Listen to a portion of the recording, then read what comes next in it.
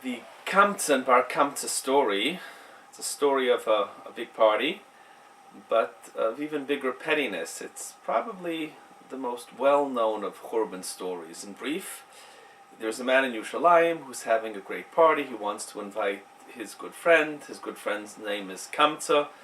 Somehow, someway, there's a mistake, and the invitation goes to a man named Bar Kamtza. Bar Kamtza gets the invitation, and he assumes probably that the host is sending some type of olive branch. He wants to make things right. So he comes, and sounds like he's pleased to come. The host sees him there, and he's enraged, and he essentially just throws him out. And this despite the fact that Bar Kamtza, who came in good faith, pleaded again and again. He said, "Don't throw me out, don't embarrass me, I'll pay for my portion, I'll pay for the whole party." He really goes all the way out, but the host stands his ground, and he wants nothing to do with his enemy. His enemy had been his enemy, and in his eyes, his enemy was going to remain his enemy. The story, as I mentioned, is usually well known. I think what is not so well known is the fact that this story probably involves the interplay between a father and a son. The friend is a man named Kamtza. The enemy is a man named Bar Kamtza.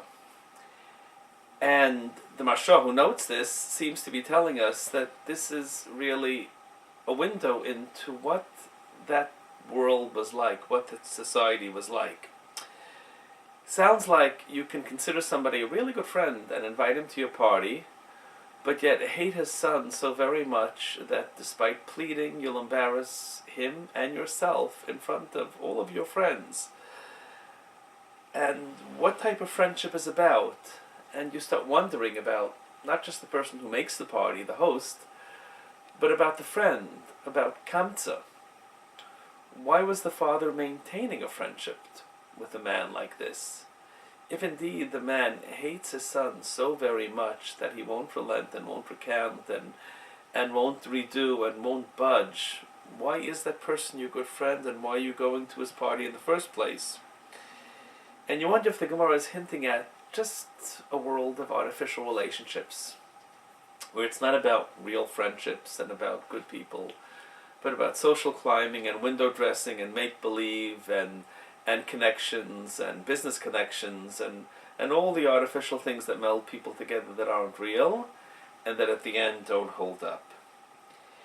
And you wonder if maybe, just perhaps, this is why this is the first story in that awful series of stories in the Gemaras and Gittin that talk about Churban.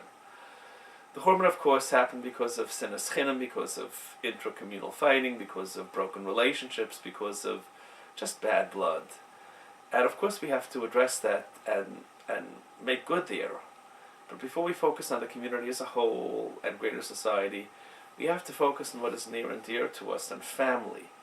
The first story is about family, about a father and a son, and about false relationships.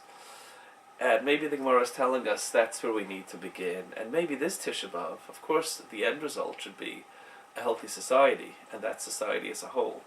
But the first step should be a healthy family, making sure that fathers and sons and siblings and husbands and wives have real relationships that are based on real feelings and enduring values.